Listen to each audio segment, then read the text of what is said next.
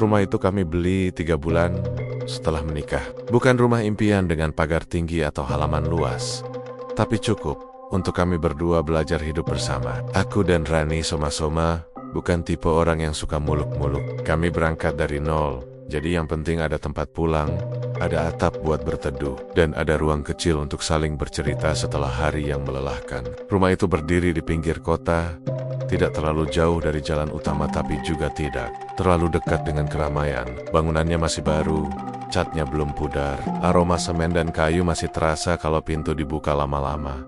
Harga rumah itu jujur saja bikin aku curiga. Terlalu murah untuk ukuran rumah baru dengan luas seperti itu. Bahkan beberapa teman sempat bilang, aku terlalu nekat. Tapi saat itu, logika kami sederhana.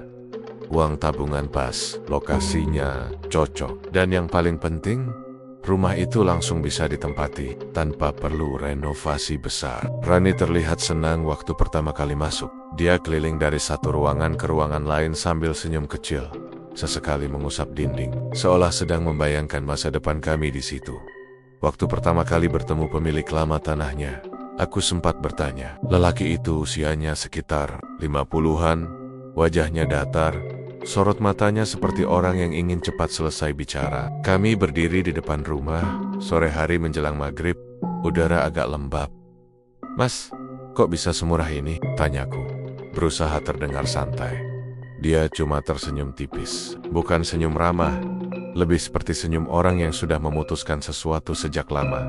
"Rezeki jenengan, Mas." Jawaban itu sebenarnya tidak salah, tapi entah kenapa dadaku Toroza agak tidak nyaman. Ada jeda aneh setelah kalimat itu, seolah masih ada kalimat lanjutan yang ditahan. Tapi aku tidak melanjutkan.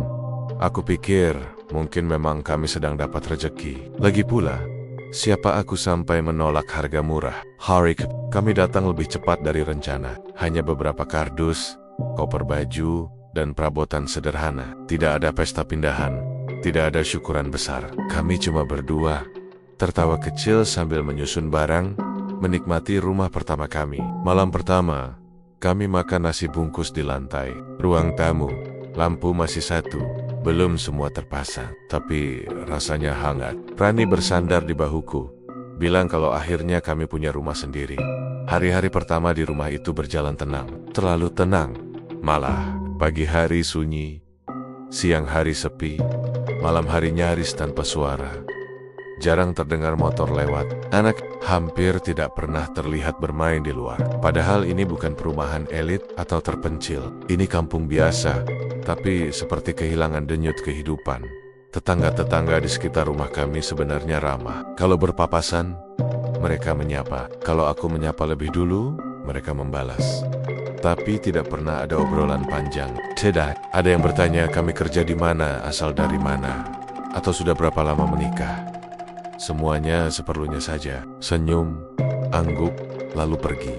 Rani sempat bilang, "Kok kayak pada jaga jarak ya?" Aku cuma jawab, "Mungkin orang-orangnya pendiam." Malam pertama kami tidur di rumah itu, aku merasa lelah luar biasa. Badan rasanya berat, padahal seharian tidak melakukan pekerjaan berat. Rani juga cepat mengantuk. Kami tidur lebih awal dari biasanya. Aku sempat terbangun tengah malam, tidak tahu jam berapa. Rumah sunyi sekali. Tidak ada suara jangkrik, tidak ada suara angin. Sunyi yang aneh, seperti ruangan tertutup rapat. Besok paginya Rani terlihat agak pucat. Dia bilang tidurnya tidak nyenyak, mimpinya tidak jelas, seperti ada yang berjalan mondar-mondir di dalam rumah. Aku menenangkan dia. Pindah rumah memang sering bikin tubuh dan pikiran menyesuaikan. Hari berlalu, kami mulai terbiasa. Aku berangkat kerja pagi, Rani mengurus rumah. Siang hari, rumah itu terasa hangat, normal. Tapi setiap sore menjelang maghrib, suasananya berubah. Cahaya masuk dari jendela belakang dengan sudut yang aneh, membuat bayangan panjang di lantai dapur. Rani beberapa kali bilang dapur terasa lebih dingin dari ruangan lain. Malam pertama kejadian itu terjadi, hujan turun pelan. Aku dan Rani sudah bersiap tidur. Lampu ruang tamu masih menyala, pintu kamar kami setengah terbuka. Tiba-tiba Rani menegang. Dia memegang lenganku. "Mas, kamu dengar nggak?" "Dengar apa?" tanyaku. "Itu, kayak ada yang jalan di dapur." Aku memasang telinga. Awalnya tidak terdengar apa-apa. Lalu, tok pelan, teratur, seperti langkah kaki kecil. Bukan langkah orang dewasa. Terlalu ringan, terlalu pendek jaraknya. Aku bangkit, mengambil senter kecil dari laci. Mungkin tikus, kataku. Meski suaraku sendiri terdengar ragu, aku berjalan ke dapur. Lampu dapur aku nyalakan. Tidak ada apa-apa. Lantai bersih, tidak ada bayangan, tidak ada suara. Aku cek kolong meja, sudut-sudut ruangan, kosong. Lihat kan, nggak ada opo-opa, ujarku saat kembali ke kamar. Rani mengangguk, tapi matanya masih menatap ke arah pintu. Tapi langkahnya jelas, Mas. Kayak kaki telanjang kena keramik. Aku tidak menjawab, karena jujur saja, aku juga mendengarnya. Suara itu terlalu rapi untuk ukuran tikus. Ada jeda, ada ritme. Seperti anak kecil berjalan pelan, agar tidak ketahuan. Malam itu kami tidur dengan pintu kamar tertutup. Aku beberapa kali, tapi tidak mendengar apa-apa lagi. Pagi harinya, kami menemukan sesuatu yang membuat Rani terdiam lama. Ada jejak kaki kecil di lantai dapur. Bukan jejak tanah yang jelas. Lebih seperti bekas kaki basah yang sudah mengering. Ukurannya kecil. Terlalu kecil untuk orang dewasa, Mas. Suara Rani gemetar. Ini kaki siapa? Aku jongkok, memperhatikan. Bentuknya jelas 5 jari, lengkap. Aku menelan ludah. Mungkin bekas air bocor. Jawabku asal. Rani tidak membantah, tapi dia juga tidak percaya. Hari itu terasa panjang. Rani jadi sering melamun. Beberapa kali aku memergoki dia berdiri di dapur, menatap lantai kosong. Wajahnya terlihat sedih, seperti menunggu sesuatu yang tidak datang. Saat aku tanya, dia hanya bilang, "Nggak apa-apa." Malam berikutnya, suara itu muncul lagi. Kali ini lebih dekat. Tidak hanya di dapur, seperti berjalan dari belakang rumah menuju ruang tamu. Aku dan Rani duduk diam di atas ranjang, tidak berani bicara. Langkah itu berhenti tepat di depan pintu kamar kami.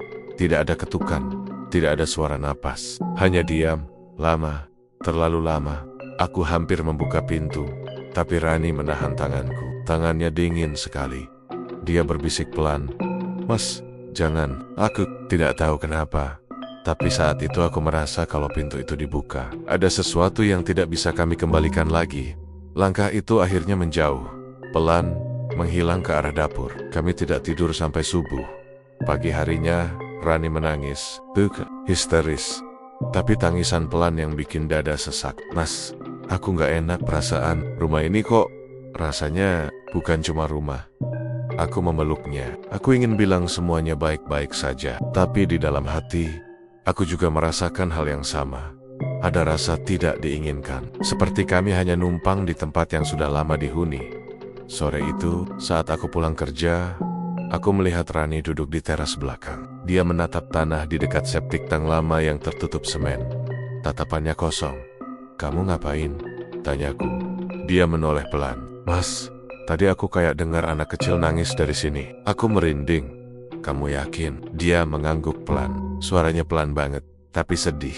Kayak orang minta tolong. Aku tidak tahu harus menjawab apa. Aku cuma bisa berdiri di sampingnya, ikut menatap tanah itu. Entah kenapa, dadaku terasa sesak. Ada rasa kasihan yang muncul tanpa alasan jelas. Seperti ada luka lama yang tidak pernah sembuh, tertimbun tepat di bawah kaki kami. Dalam hati aku bergumam, "Ora opo-opo, mung perasaan kue." Tapi suara langkah kecil itu terus terngiang. Dan untuk pertama kalinya sejak kami pindah, aku merasa rumah itu bukan sedang menyambut kami, tapi sedang mengamati, menunggu. Gangguan itu mulai benar-benar terasa di minggu kedua kami tinggal di rumah itu. Awalnya kecil, sepele, dan selalu bisa dijelaskan dengan logika seadanya. Tapi semakin hari, gangguan itu seperti sengaja menunjukkan diri. Pelan-pelan, seolah ingin memastikan kami sadar bahwa kami tidak sendirian. Rani paling sering merasakannya. Hampir setiap sore atau malam, dia selalu cerita hal yang sama, meski dengan detail yang sedikit berbeda. Katanya, dia sering melihat anak kecil berdiri di dekat pintu dapur. Bukan lewat sekilas, bukan bayangan yang samar. Anak itu terlihat jelas, rambutnya kusut, seperti jarang disisir. Bajunya lusuh, warnanya tidak jelas, antara coklat pudar dan abu-abu kotor. Kulitnya pucat, bukan pucat sakit, tapi pucat seperti jarang kena matahari. Yang paling aneh, anak itu selalu diam, Tidak bergerak, tidak menangis, tidak tersenyum. Hanya berdiri menatap ke arah dalam rumah. Setiap kali Rani cerita, reaksiku selalu sama. Aku mencoba menenangkan dia. Meski di dalam hati sebenarnya aku juga mulai tidak nyaman. Paling cuma bayangan, kataku suatu malam sambil menaruh piring ke... Ra, kamu kecapekan? Dari kemarin beberes rumah terus. Rani tidak membantah, tapi aku tahu dia tidak yakin. Matanya selalu mengikuti arah pintu dapur, seperti takut anak itu muncul lagi di belakangku. Hari-hari berikutnya, Rani jadi sering menghindari dapur saat sore menjelang malam. Dia lebih memilih masak lebih awal, atau menungguku pulang. Katanya, dapur terasa dingin. Bukan dingin karena angin, tapi dingin yang bikin kulit merinding. Beberapa kali dia mengaku mencium bau tanah basah, padahal tidak hujan. Aku mulai merasa bersalah. Sebagai suami, seharusnya aku lebih peka, tapi aku masih berusaha keras meyakinkan diri bahwa semua ini hanya sugesti. Rumah baru, lingkungan baru, pikiran Rani mungkin belum sepenuhnya tenang. Sampai malam itu datang. Malam itu tidak hujan. Udara panas, lengket. Kami tidur lebih awal karena besok aku harus berangkat kerja pagi. Sekitar jam 2 lewat sedikit, aku terbangun dengan tenggorokan kering. Rani tidur membelakangiku. Napasnya pelan. Aku bangkit perlahan supaya tidak membangunkannya, lalu keluar kamar menuju dapur. Lampu ruang tengah mati. Hanya cahaya dari dapur yang menyala redup. Lampu kecil di atas kompor yang sengaja kami biarkan hidup semalaman. Langkah kakiku terdengar jelas di lantai keramik. Rumah itu sunyi. Tidak ada suara apa-apa. Bahkan kipas angin di kamar sudah dimatikan. Begitu aku mendekati dapur, aku berhenti. Di situ ada seorang anak kecil berdiri membelakangiku. Aku langsung kaku. Jantungku berdegup keras sampai rasanya berdentum di telinga. Anak itu berdiri tepat di dekat pintu dapur, di tempat yang sering Rani seret. Tingginya sekitar dadaku. Tubuhnya kecil, terlalu kurus untuk ukuran anak seusianya. Bajunya lusuh, seperti kain lama yang dipakai bertahun-tahun. Rambutnya hitam, panjangnya tanggung, kusut, menutupi sebagian lehernya. Yang paling bikin aku merinding, kakinya kotor, seperti habis menginjak tanah basah. Ada noda coklat kehitaman di telapak dan pergelangan kakinya. Aku bisa melihat jelas, karena lantai dapur berwarna terang. Aku berdiri beberapa detik tanpa bergerak. Otakku berusaha keras mencari penjelasan. Anak siapa ini? Dari mana? Tapi rumah itu terkunci. Pintu depan dan belakang selalu kami kunci sebelum tidur. Tidak mungkin ada anak masuk tanpa kami tahu. Refleks, aku memanggil dengan suara yang sedikit bergetar. Dek, kamu siapa? Anak itu tidak langsung menjawab. Dia diam, lalu pelan-pelan, sangat pelan, dia memutar kepalanya saat wajahnya terlihat. Seluruh tubuhku merinding. Matanya kosong, hitamnya terlalu lebar, seperti menelan bagian putih mata. Tatapannya lurus ke arahku. Tidak ada rasa takut, tidak ada rasa kaget, tidak ada emosi apapun. Seperti boneka yang diberi mata manusia. Aku ingin bergerak, tapi kakiku seperti tertanam di lantai. Nafasku pendek-pendek. Udara di dapur terasa berat, seperti sulit masuk ke paru-paru. Anak itu membuka mulutnya sedikit. Suaranya keluar pelan, tapi jelas. Terlalu jelas untuk sesuatu yang seharusnya tidak ada. Ayah. Satu kata itu membuat bulu kudukku berdiri. Semua dadaku terasa dihantam sesuatu yang dingin. Aku merasa seperti jatuh. Padahal, aku masih berdiri. Aku berkedip, hanya sekali. Dan anak itu menghilang. Tidak lari, tidak melangkah pergi. Tidak memudar pelan-pelan. Dia hilang begitu saja. Seperti tidak pernah ada. Aku terhuyung mundur, hampir menjatuhkan gelas yang aku pegang. Air tumpah ke lantai. Tangkap. Aku berdiri lama di dapur, menatap tempat kosong itu, mencoba memastikan apa yang baru saja aku lihat nyata. Aku kembali ke kamar dengan langkah pelan. Rani masih tidur. Aku duduk di tepi ranjang, memegang kepala. Aku ingin membangunkannya, menceritakan semuanya. Tapi kata-kata itu terasa berat. Aku takut kalau dengan mengatakannya, semuanya jadi lebih nyata. Pagi harinya, Rani bangun dengan wajah pucat. Dia bilang semalam dia mimpi buruk. Dalam mimpinya, ada anak kecil berdiri di dekat dapur, menatap ke arahnya sambil menangis tanpa suara. Aku menatapnya, lama. Akhirnya aku bilang dengan suara pelan, Ron. Semalam aku lihat dia. Rani langsung terdiam. Wajahnya memucat. Kamu lihat anak itu? Aku mengangguk. Sejak hari itu, kehadiran anak kecil itu semakin sering. Kadang hanya bayangan di sudut mata. Kadang suara langkah kecil di lantai. Kadang tangisan lirih yang terdengar dari belakang rumah. Terutama menjelang dini hari, Rani mulai sering melamun. Beberapa kali aku melihat dia duduk di ruang tamu sambil menatap kosong ke arah dapur. Bibirnya bergerak, seperti sedang bicara. Pelan, dengan seseorang yang tidak terlihat. Aku tanya, kamu kenapa? Dia kaget, lalu cepat-cepat menggeleng. Gak apa-apa. Tapi malam-malam berikutnya, aku sering mendengar Rani berbicara dalam tidur. Kata-katanya tidak jelas. Kadang terdengar seperti menenangkan anak kecil. Kadang seperti memohon. Suatu sore, saat aku pulang kerja lebih cepat, aku melihat Rani berdiri di dapur. Punggungnya menghadap ke aku. Dia tidak menyadari kedatanganku. Di sini nggak apa-apa, katanya pelan. Aku memanggil namanya. Rani menoleh dengan wajah bingung, seperti baru terbangun dari lamunan. Matanya berkaca-kaca. Mas, kasihan ya dia, katanya tiba-tiba. Siapa? Tanyaku. Meski aku sudah tahu jawabannya. Anak itu, jawabnya pelan. Dia sering berdiri di sini. Dia nggak ganggu. Cuma, lihat, aku merinding. Ada rasa kasihan yang aneh muncul di dadaku. Perasaan yang seharusnya tidak aku rasakan pada sesuatu yang tidak kasat mata. Malam itu, suara langkah kecil kembali terdengar. Lebih dekat, lebih jelas.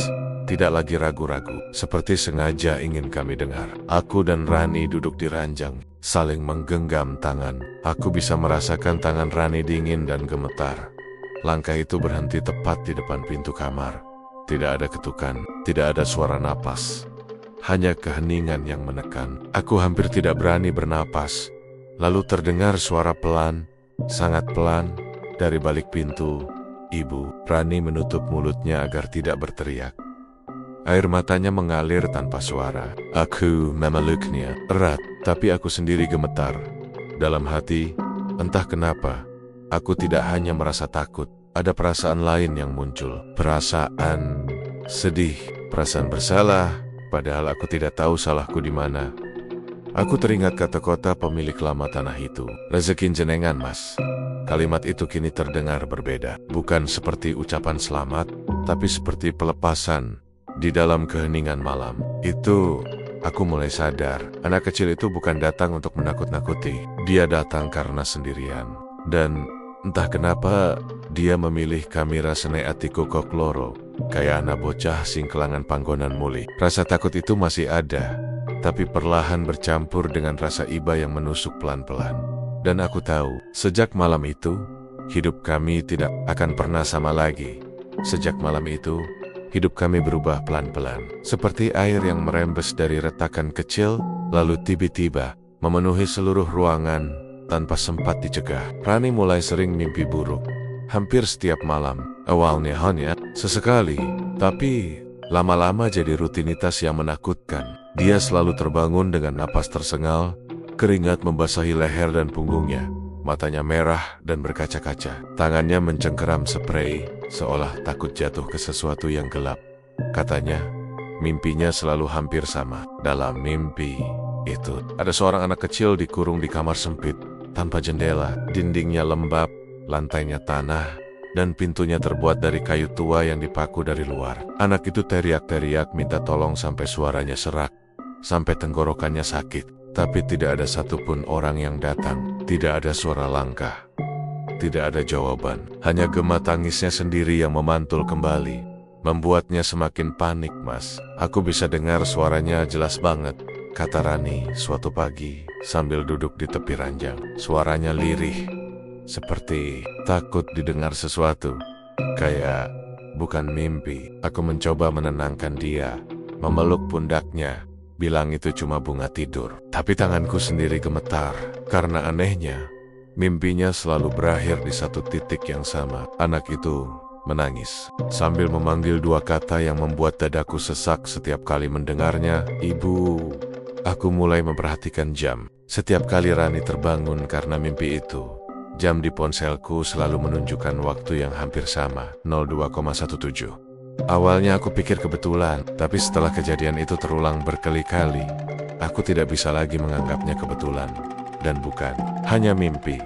Setiap jam 2:17, suara tangisan itu muncul. Selalu dari arah yang sama, dari belakang rumah. Pelan, lirih, seperti ditahan. Seperti seseorang yang menangis sambil menutup mulutnya agar tidak terdengar. Tangisan anak kecil. Bukan jeritan keras, tapi suara yang justru lebih menyiksa. Karena terdengar penuh rasa sakit dan keputusasaan. Aku pernah mencoba berdiri di dekat jendela belakang, menajamkan telinga. Suara itu datang dari arah dekat septic tank lama yang tertutup semen. Tempat yang sejak awal sudah terasa aneh bagiku. Tanah di sekitarnya selalu lembab, meski tidak hujan. Rumputnya tumbuh lebih jarang. Dan entah kenapa, udara di sana selalu lebih dingin. Rani tidak pernah berani mendekat ke sana sendirian. Semakin hari, kehadiran anak itu semakin nyata. Tidak lagi hanya suara atau bayangan sekilas. Anak itu mulai sering muncul di depan Rani, seolah sengaja memperlihatkan diri. Kadang duduk di kursi ruang tamu, kakinya menggantung karena terlalu pendek menyentuh lantai. Kadang berdiri di ujung ranjang, menatap Rani yang terbangun setengah sadar. Kadang berdiri di dekat pintu dapur, di tempat pertama kali dia terlihat. Aku jarang melihatnya secara langsung lagi, tapi aku bisa merasakan kehadirannya. Seperti ada mata yang selalu memperhatikan setiap gerakan kami. Seperti ada sesuatu yang ikut duduk di ruangan, meski kursinya kosong. Dan setiap kali dia muncul, dia selalu memanggil dengan sebutan yang sama. Ayah, ibu. Nada suaranya tidak pernah berubah. Pelan, datar. Tapi justru itu yang membuatnya mengerikan.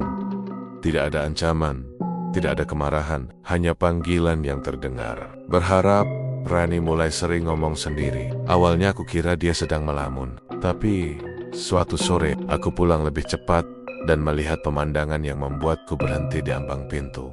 Rani duduk di lantai ruang tamu. Di depannya ada kursi kosong. Dia menatap kursi itu sambil tersenyum kecil, senyum yang aneh, campuran antara sedih dan iba. Kasihan ya, dingin pasti, katanya pelan. Aku berdiri terpaku. Rani, kamu ngomong sama siapa? Dia kaget, tubuhnya tersentak, seperti baru sadar aku ada. Mas, kamu pulang? Kamu tadi ngomong sama siapa? Ulangku. Rani menggeleng cepat. Enggak sama siapa-siapa. Tapi matanya tidak berbohong. Ada ketakutan di sana. Juga ada sesuatu yang lain. Sesuatu yang lebih dalam. Rasa kasihan yang tidak seharusnya dia rasakan pada sesuatu yang tidak nyata. Malam-malam kami jadi semakin berat. Kami jarang tidur nyenyak. Setiap suara kecil membuat kami terbangun. Setiap bayangan membuat jantung berdegup kencang. Rani sering memelukku erat saat tidur, seolah takut aku menghilang jika dilepas. Suatu malam, tepat jam 2:17, suara tangisan itu terdengar lebih jelas. Dari tidak lagi sekadar lirih. Ada jeda-jeda pendek di antara tangisnya, seperti orang yang kehabisan napas. Rani langsung terbangun dan menutup telinganya. Mas, aku nggak kuat, katanya sambil menangis. Aku bangkit, memberanikan diri membuka pintu kamar. Udara di luar kamar terasa lebih dingin. Lampu ruang tamu mati. Aku berdiri di sana, hanya dengan cahaya dari kamar belakangku. Tangisan itu terdengar semakin jelas, seperti memanggil-manggil. Aku melangkah pelan ke arah dapur. Setiap langkah terasa berat. Jantungku berdegup kencang. Saat aku sampai di pintu dapur, tangisan itu berhenti. Sunyi. Aku berdiri lama, menunggu. Tidak ada apa-apa. Tapi dia ada di sana. Aku bisa merasakannya. Seperti ada sesuatu di belakangku. Sangat dekat. Tapi aku tidak berani menoleh. Aku kembali ke kamar dengan langkah cepat. Menutup pintu. Mengunci. Rani menangis dalam diam. Aku memeluknya, tapi kata-kata penghiburan terasa kosong, karena aku sendiri tidak yakin kami akan baik-baik saja. Hari demi hari, kondisi Rani semakin mengkhawatirkan. Dia sering terlihat lelah, matanya cekung, wajahnya pucat, nafsu makannya berkurang. Kadang dia hanya duduk diam berjam-jam, menatap satu titik. Saat aku tanya, dia cuma bilang capek. Suatu pagi, aku menemukan Rani berdiri di belakang rumah, tepat di dekat septic tank lama. Dia berdiri tanpa alas kaki, menghadap tanah yang tertutup semen itu. Rani, aku memanggil sambil berlari ke arahnya. Dia menoleh pelan, Matanya merah, Mas. Aku bisa dengar suaranya dari sini. Suara siapa? Tanyaku. Meski aku sudah tahu, anak itu, jawabnya lirih. Dia dingin. Dia sendirian. Aku menarik Rani menjauh dari sana. Salted. Aku merasakan hawa dingin yang menusuk dari tanah di bawah kakiku. Seperti berdiri di atas sesuatu yang tidak seharusnya diinjak. Malam itu, Rani demam. Tubuhnya panas, tapi tangannya dingin. Dalam tidurnya, dia mengigau. Kata-katanya tidak jelas. Tapi ada satu kalimat yang terus terulang. Aku dikunci. Aku nggak bisa keluar. Aku duduk di sampingnya semalaman. Di sela-sela kelelahan, aku merasa marah. Marah pada diriku sendiri. Marah karena aku membawa Rani ke rumah ini. Marah karena aku terlalu mudah percaya pada harga murah dan kata-kata singkat pemilik tanah itu. Dalam keheningan malam, aku teringat lagi ucapannya. Rezeki jenengan, Mas.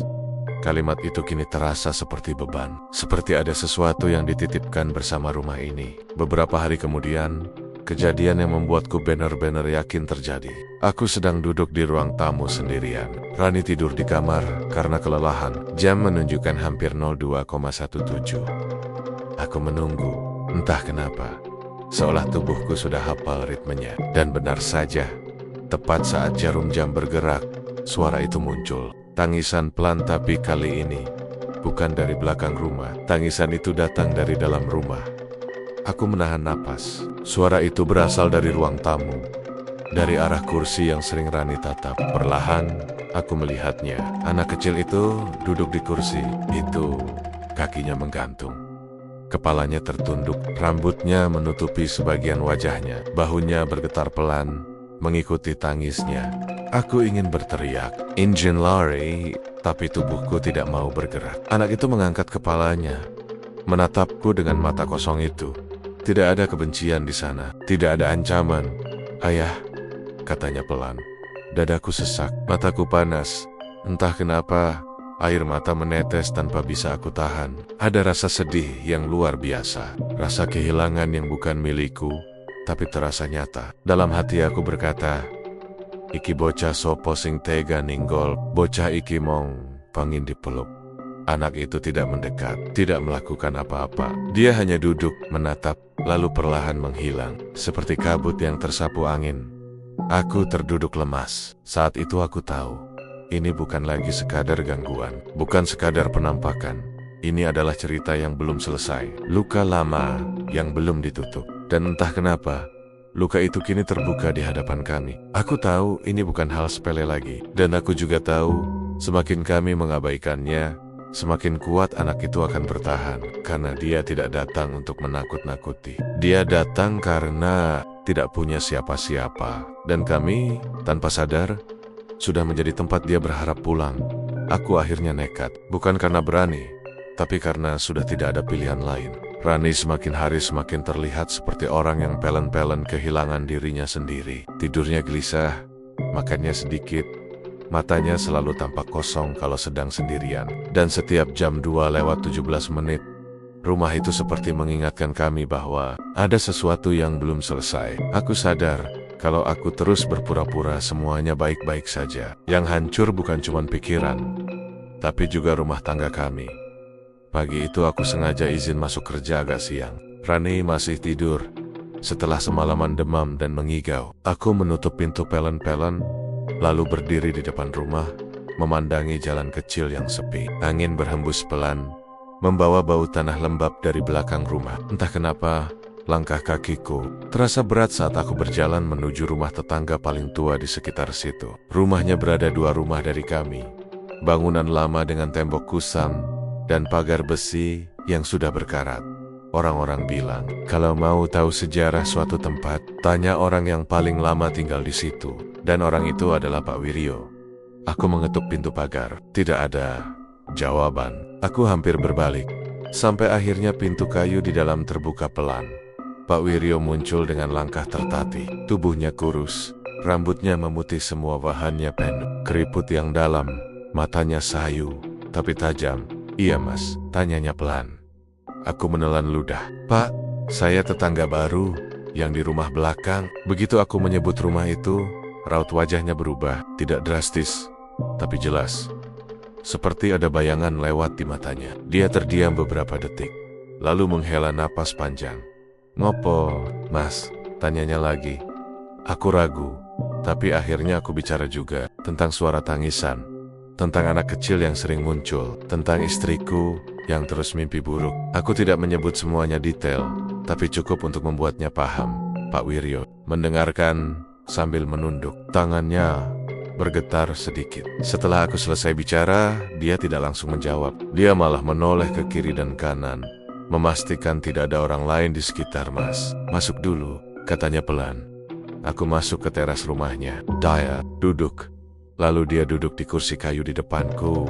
Napasnya berat. Aku bisa melihat jelas. Dia sedang bergumul dengan sesuatu di dalam dirinya. "Sebenarnya aku ora pengen cerita," katanya akhirnya. "Wis kebangetan sing kedaden nang kene. Sebenarnya aku tidak ingin bercerita. Sudah terlalu kejam yang terjadi di sini." Aku menatapnya, menunggu. "Dulu, sebelum rumah itu dibangun, tanah itu milik satu keluarga," lanjutnya. "Bapaknya kerja serabutan, ibunya sakit-sakitan." Aku mendengarkan dengan jantung berdegup kencang. Anaknya satu, perempuan, umurnya sekitar 7 tahunan. Baga Alice, pendiam tapi sopan, sering main di halaman tapi jarang ketawa. Pak Wiryo berhenti sejenak, tangannya mencengkeram sandaran kursi. Ibunya meninggal waktu bocah itu umur 5 tahun. Sejak itu, bapaknya nikah lagi. Nada suaranya berubah, lebih berat. Ayah tirinya sering mabuk, pulang malam, bentak-bentak. Bocah itu sering dikurung di rumah. Dadaku mulai terasa sesak. Beberapa kali warga curiga. Lanjutnya, tapi ora ono sing wani campur. Tidak ada yang berani ikut campur. Aku ingin memotong, ingin bertanya kenapa tidak ada yang menolong, tapi suaraku tidak keluar. Suatu hari, Pak Wiryo menarik napas panjang. Bocah itu hilang. Dia menatapku lurus. Ayah tirinya bilang, bocah itu kabur. Katanya nakal. Katanya nggak betah. Aku menggenggam lututku kuat-kuat. Tapi malam itu, suara Pak Wiryo melemah. Aku dengar jeritan. Dia menunjuk ke arah rumahku. Tepat ke arah belakang. Ceritanya pendek, putus-putus. Kayak ditahan. Terus, sunyi. Aku merasa tengkukku dingin. Besoknya, bapak tirinya pergi. Beberapa hari kemudian, tanah itu dijual. Rumah lama dibongkar. Aku menggeleng pelan. "Terus, anak itu," Pak Wiryo menunduk. Suaranya hampir tidak terdengar. "Diperkosa, dibunuh, dikubur di dekat septic tank." Kalimat itu menghantamku keras. Kepalaku terasa berdenyut. Aku menutup wajah dengan kedua tangan. "Arwahnya durung tenang, Mas," lanjut Pak Wiryo lirih. Belum tenang, aku terdiam lama. Di dalam kepalaku, semua potongan kejadian menyatu. Tangisan jam 2:17, bau tanah basah, kaki kecil yang kotor, panggilan ayah dan ibu. Kenapa nggak ada yang lapor, Pak?" tanyaku dengan suara gemetar. Pak Wiryo menggeleng. Wong wedi urusan, wedi salah, akhire kabeh menang. Orang-orang takut urusan, takut salah. Akhirnya semua diam. Kalimat itu lebih menyakitkan daripada ceritanya sendiri. Aku pulang dengan langkah gontai. Jalan terasa lebih panjang dari biasanya. Setiap langkah seperti membawa beban cerita yang tidak seharusnya kupikul, tapi kini sudah terlanjur melekat. Begitu sampai rumah, Rani duduk di ruang tamu. Dia menatap kosong ke arah dapur. Saat aku masuk, dia menoleh. Matanya merah, tapi kering. "Kamu kemana?" tanyanya pelan. Aku duduk di sampingnya. Butuh waktu lama sebelum aku bisa bicara. Saat aku menceritakan semuanya, Rani tidak menangis, tidak terkejut, seolah dia sudah tahu. "Pantesan," katanya pelan. "Pantesan dia sedih terus." Aku menatap Rani dengan kaget. Kamu ngomong sama dia?" Rani mengangguk kecil. Dia sering duduk di situ. Dia menunjuk kursi di ruang tamu. "Dia nggak jahat, Mas. Dia cuma sendirian." Dadaku sesak. Ada amarah, ada sedih, ada rasa bersalah yang tidak tahu harus ditujukan ke siapa malam itu. Rani memeluk perutnya sambil duduk di ranjang. "Nafasnya berat, Mas," katanya tiba-tiba. Dia bilang dingin. Aku menelan ludah. Dia bilang apa lagi? Rani menatapku. Dia bilang, dia dikunci. Gelap, bau, dia nggak bisa keluar. Merasakan kepalaku berdenyut keras. Gambaran kamar sempit dalam mimpi Rani kini terasa terlalu nyata. Dia sering nanya, "Lanjut Rani." Suaranya gemetar. Kenapa nggak ada yang nolong? Aku tidak tahu harus menjawab apa. Tidak ada jawaban yang cukup untuk pertanyaan itu.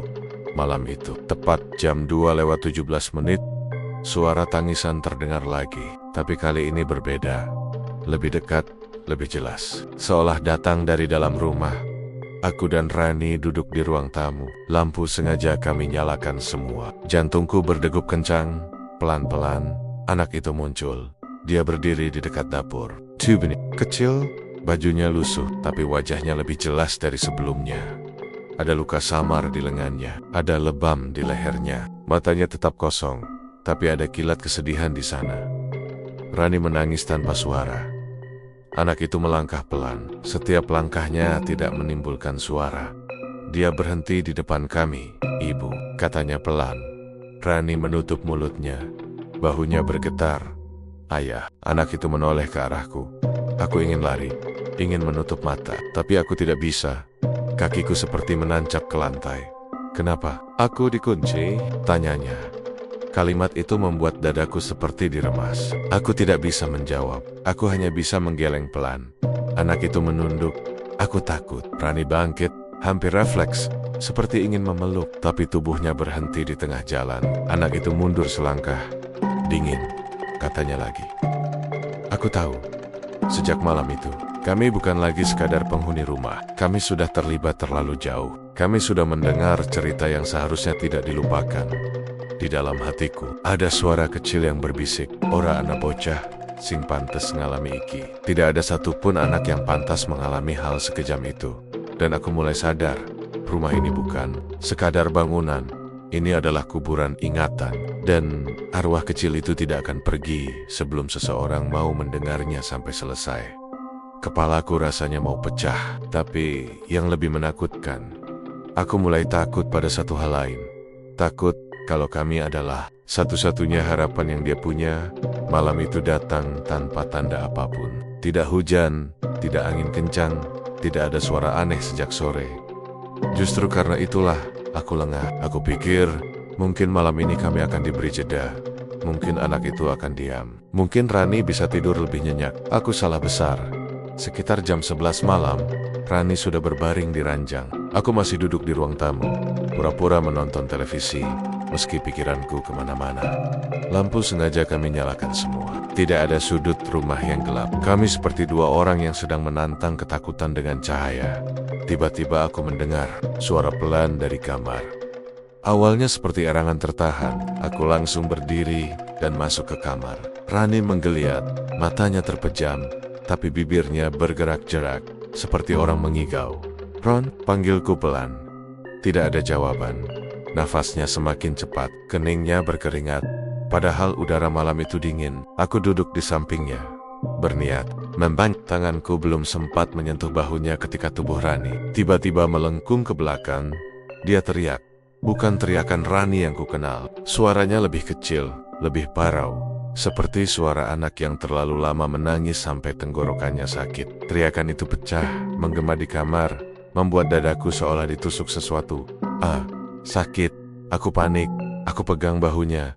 "Rani, sadar Ron." Tapi Rani tidak merespons. Matanya terbuka, tapi kosong. Hitamnya mata itu tampak lebih pekat dari biasanya. Tangannya mencakar-cakar spray, lalu turun ke lantai. Kukunya menggores keramik, mengeluarkan suara mencicit yang membuat bulu kudukku berdiri.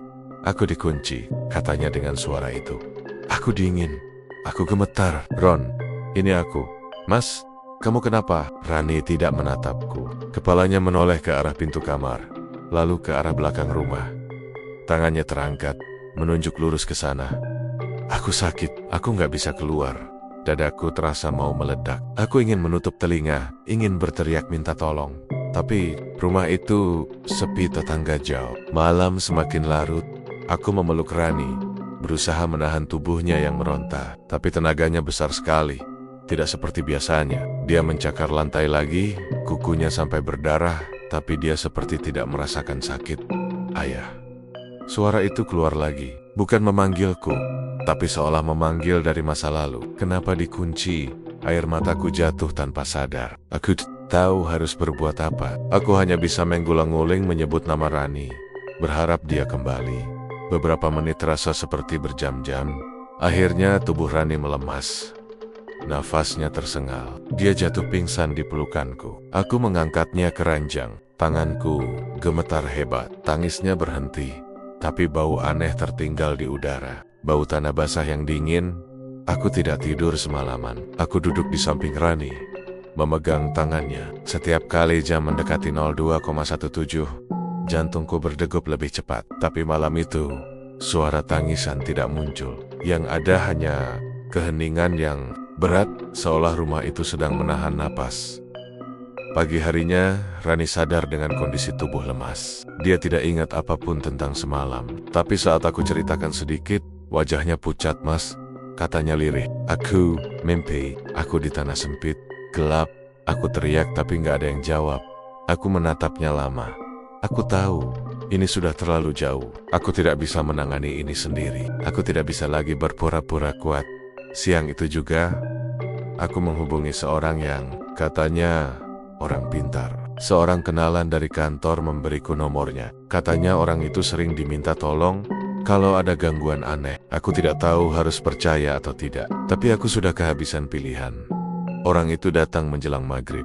Seorang lelaki paruh baya, berpakaian sederhana, tidak membawa tas aneh atau benda mencolok. Wajahnya tenang, tapi matanya tajam. Begitu masuk rumah, dia berhenti di ambang pintu.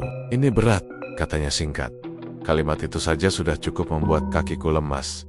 Dia meminta kami duduk di ruang tamu. Lampu tidak dimatikan. Dia tidak menyalakan dupa atau membacakan mantra panjang. Dia hanya duduk diam, memejamkan mata, dan menarik napas dalam-dalam. Beberapa menit berlalu. Udara di ruangan terasa semakin dingin. Rani memegang lenganku erat. Tangannya gemetar. Tiba-tiba orang itu membuka mata. Dia menatap ke arah dapur. Wajahnya berubah. Bocah cilik, katanya pelan. Wis suwe ning kene, sudah lama di sini. Aku menelan ludah. Dia, kenapa Pak? Orang itu menghela napas panjang. Arwah bocah iki nganggep kowe wong tuane saiki. Arwah anak ini menganggap kalian orang tuanya. Sekarang kalimat itu seperti palu yang menghantam dadaku. Maksudnya gimana? Suaraku hampir tidak keluar. Dia ora duwe sopo-sopo. Lanjutnya. Suwene urip ora ana ting ngrungokake saiki. Duwe kenemu. Dia tidak punya siapa-siapa. Selama hidup, tidak ada yang mendengarkan. Sekarang, dia menemukan Rani. Mulai menangis. Kami nggak niat, Pak. Kami cuma beli rumah. Orang itu mengangguk pelan. Aku ngerti. Bocah, iki uga ora nyalah. Aku mengerti. Anak ini juga tidak menyalahkan. Dia menoleh ke arah Rani. Kowe kerep ngrungokake dheweke ya? Kamu sering mendengarkan dia? Rani mengangguk lemah. Itu sebabnya, katanya. Dia melebu luwih jero. Dia masuk lebih dalam. Aku merasa mual. Terus, bisa diusir Pak? Dipindahkan? Orang itu terdiam lama. Dia menunduk, lalu menggeleng pelan. Bisa, tapi ora gampang, katanya. Iki dudu arwah nesu. Iki arwah lara. Ini bukan arwah marah. Ini arwah yang sakit. Aku tidak paham sepenuhnya, tapi kata-katanya membuat tenggorokanku tercekat. Dia cuma pengen diakui, lanjutnya. Dipeluk, didengar, dianggap anak. Dia hanya ingin diakui, dipeluk, didengar. Dianggap ada aku menatap Rani. Wajahnya basah oleh air mata. Aku tahu, hatinya sudah terlanjur terikat kalau kami lakukan itu. Tanyaku pelan. Dia pergi? Orang itu tidak langsung menjawab. Dia menarik napas panjang, lalu mengucapkan kalimat yang membuat dunia rasanya berhenti. Yen ora, salah siji kudu nganteni. Jika tidak, salah satu harus menggantikan aku membeku. Menggantikan apa? Orang itu menatapku lurus. Peran sing dipengini bocah iki. Peran yang diinginkan anak ini. Rani terisak keras. Enggak Mas, jangan. Aku menggenggam tangannya. Dadaku sesak. Napasku berat Pak. Maksud salah satu dari kami? Orang itu mengangguk pelan. Aku ora pengen medeni, katanya lirih. Tapi iki, akibat sakalara sing ora net dirampungi. Aku tidak ingin menakut-nakuti. Tapi ini akibat dari luka yang tidak pernah diselesaikan. Setelah itu, Orang itu pamit. Dia bilang butuh waktu kalau kami ingin melanjutkan. Getalnya Jack gegabah. Jangan melawan, jangan mengusir dengan emosi. Malam itu, setelah orang itu pergi, rumah terasa jauh lebih sunyi. Seperti menunggu keputusan kami. Rani duduk di ranjang, memeluk lututnya. Aku duduk di sampingnya. Tidak tahu harus bicara apa. Mas, katanya pelan. Kalau dia cuma pengen diakui, apa salahnya? Aku menatapnya kaget, Ron. Ini bukan anak kita, Roni menangis. Aku tahu, tapi dia sendirian. Aku bisa ngerasain rasanya. Kayak ditinggal semua orang. Aku tidak menjawab. Aku takut, karena sebagian diriku mengerti perasaan itu. Mengerti kenapa anak itu bertahan. Mengerti kenapa dia memilih kami. Malam itu, jam 2:17, anak itu muncul lagi. Tidak menakutkan, tidak merusak. Dia berdiri di dekat pintu kamar, menatap kami berdua, Ibu. Katanya pelan. Rani terisak, tapi dia tidak bergerak. Aku menahan napas. Anak itu menoleh ke arahku. Ayah, itu tidak lagi membuatku hanya takut. Ada rasa lain yang lebih berbahaya. Rasa iba yang dalam, rasa ingin melindungi. Dalam hati kecilku, muncul bisikan yang membuatku merinding. Yen bocah iki ora tahu duwe wong tua, siapa sing salah? Jika anak ini tidak pernah punya orang tua, siapa yang salah? Aku tahu, sejak malam itu, garisnya semakin kabur antara kasihan dan bahaya, antara empati dan kehancuran. Dan aku juga tahu, apapun keputusan kami nanti, tidak akan ada yang benar-benar selamat. Karena ketika sebuah luka terlalu lama diabaikan, dia tidak hanya ingin sembuh, dia ingin diakui. Meski harus mengambil tempat seseorang yang masih hidup. Pagi itu langit kelabu sejak subuh, seperti tahu apa yang akan kami lakukan. Aku bangun dengan perasaan berat, dada rasanya ditekan sesuatu. Rani sudah duduk di tepi ranjang, matanya sembab. Jelas dia juga hampir tidak tidur. Kami saling pandang tanpa bicara. Tidak ada lagi yang perlu dipertanyakan. Keputusan itu sudah diambil, meski kami sama-sama takut dengan akibatnya. Sekitar jam 8, dua orang tukang yang aku panggil datang. Aku tidak bilang yang sebenarnya. Aku cuma bilang septic tank lama bermasalah dan harus dibongkar karena baunya makin parah. Mereka mengangguk biasa saja, tidak ada yang curiga. Tapi sejak kaki pertama mereka menginjak tanah belakang rumah, udara terasa berubah, lebih pengap. Rani berdiri di teras belakang. Tangannya gemetar memegang cangkir teh yang tidak disentuh. Aku ikut berdiri di dekat pintu dapur, mengawasi. Setiap bunyi cangkul yang menghantam semen membuat jantungku berdegup kencang. Pak, ini semennya tebal banget ya, kata salah satu tukang. Aku hanya mengangguk, tenggorokanku kering. Ketika lapisan semen terakhir pecah, bau busuk langsung menyembur keluar. Bukan bau septic tank biasa, ini lebih menyengat, lebih pekat. Bau tanah, basah bercampur sesuatu yang asam dan menusuk hidung. Salah satu tukang sampai menutup hidung dengan kaosnya. Wah, busuk banget ini Pak. Tanah di bawahnya terlihat ambles, seperti tidak padat. Ketika digali lebih dalam, cangkul salah satu tukang membentur sesuatu yang keras. Pak, ini, Epi. Ya, katanya ragu. Aku mendekat perlahan. Kakiku terasa lemas. Tukang itu menyibakkan tanah dengan tangan. Sedikit demi sedikit, bentuknya terlihat jelas. Tulang, kecil. Aku merasa pandanganku berkunang. Dunia seakan berputar pelan. Di sela-sela tanah itu, terlihat potongan kain yang sudah hampir hancur. Warnanya pudar, tapi masih bisa dikenali sebagai baju anak-anak. Dan di sampingnya, tergeletak sebuah pita rambut warna merah, kusam, tapi utuh. Rani menjerit. Dia berlari mendekat, mendorongku tanpa sadar. Lututnya langsung jatuh ke tanah. Tangannya gemetar meraih tulang-tulang kecil itu, memeluknya ke dada seperti memeluk anak yang sedang tidur. Maaf ya nak, isaknya pecah, kamu sendirian selama ini. Aku ingin menariknya, tapi tubuhku tidak bergerak. Tanganku dingin, air mataku jatuh tanpa bisa ditahan. Aku merasa bersalah. Meski aku tahu bukan aku yang melakukan itu, rasa bersalah itu datang seperti gelombang besar, menenggelamkan logika. Salah satu tukang tampak pucat. Pak, ini harus dilaporin. Aku menelan ludah. Iya, jawabku pelan. Tolong kalian istirahat dulu. Mereka menjauh dengan wajah tegang. Aku tahu, setelah ini semuanya akan rumit. Polisi, pertanyaan, masa lalu yang tabang. Tapi anehnya, di tengah kekacauan itu, ada satu perasaan lain yang muncul. Seperti lega, seperti akhirnya ada yang ditemukan. Kami mengumpulkan tulang-tulang itu dengan hati-hati. Rani tidak mau melepaskannya. Dia terus menangis, mengusap tulang-tulang itu dengan tangannya, seolah ingin menghangatkan.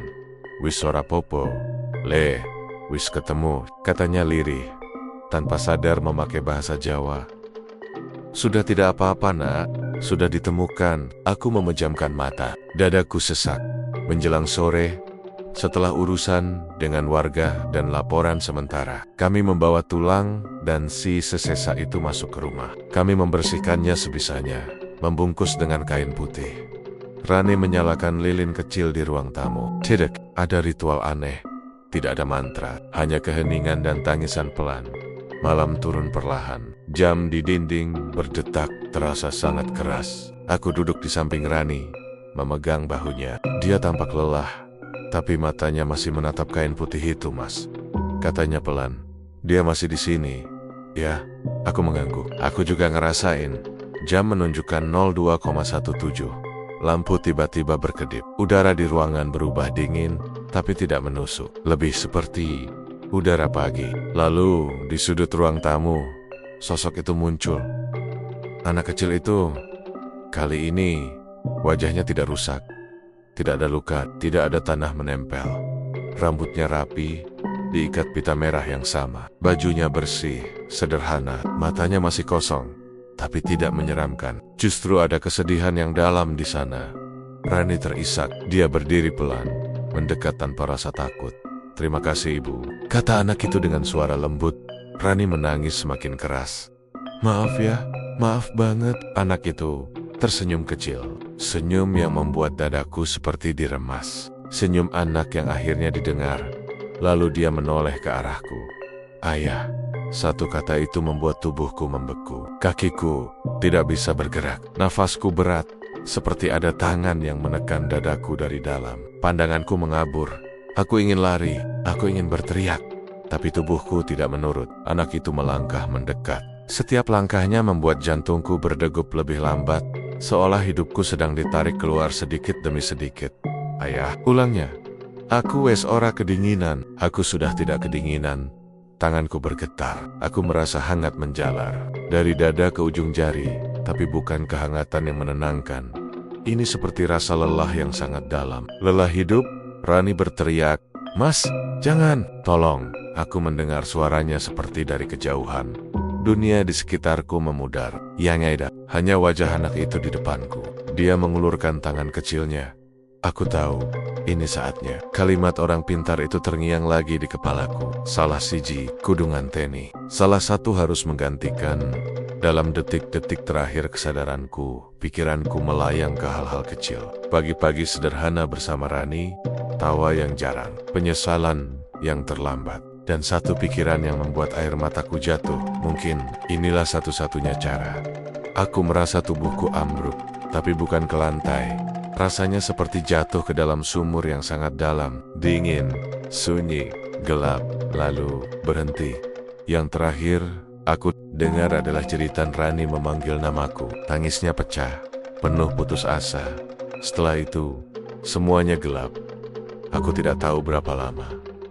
Waktu tidak terasa di tempat itu. Aku hanya tahu, aku berdiri di ruang sempit. Dindingnya tanah, bau lembab, tidak ada cahaya. Aku mencoba bergerak, tapi ruang itu terlalu kecil. Nafasku sesak, lalu aku sadar, ini bukan tubuhku.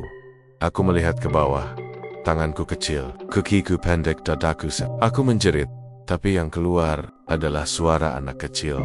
Di kejauhan, samar-samar, aku mendengar suara Rani, menangis, memanggil. Aku ingin menjawab, aku ingin bilang, aku masih ada, tapi mulutku tidak mengeluarkan suara.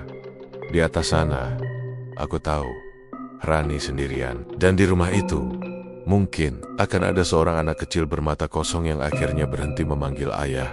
Karena sekarang, akulah yang menggantikan. Aku meninggal malam itu. Jantungku berhenti. Setidaknya begitu kata dokter di rumah sakit, dengan suara datar yang seperti membaca laporan cuaca. Mereka bilang serangannya mendadak, terlalu cepat, terlalu berat. Tidak ada tanda sebelumnya, tidak ada riwayat penyakit, seolah tubuhku memang sudah dipersiapkan untuk berhenti di malam itu. Rani duduk di kursi lorong rumah sakit dengan mata kosong, tangannya dingin, jemarinya gemetar. Dia masih mengenakan baju yang sama seperti malam kejadian, baju yang terkena tanah, dan sedikit darah dari tangannya sendiri karena terlalu keras menggenggam kain pembungkus tulang itu. Dia tidak menangis saat dokter bicara, air matanya seperti sudah habis jauh sebelum itu, katanya. Saat jenazahku dibersihkan, wajahku terlihat tenang, bahkan seperti tersenyum tipis. Perawat sempat berbisik ke Rani, suaminya kayak orang tidur, Bu. Tapi Ronit, ketentraman di wajah itu bukan milik orang hidup. Pemakamanku sederhana, tidak banyak orang datang. Tetangga hanya beberapa, itu pun lebih banyak diam. Tidak ada yang bertanya macam-macam. Tidak ada yang berani membicarakan septic tank atau tulang kecil yang ditemukan. Semua seolah sepakat mengubur cerita itu bersamaan dengan jasadku saat tanah terakhir ditimbunkan. Rani berdiri paling depan. Dia menatap nisan kosong itu lama sekali, sampai matahari mulai condong ke barat. Tidak ada air mata, hanya napas berat yang keluar pelen-pelen dari dadanya. Mas, bisiknya lirih. Aku belum siap.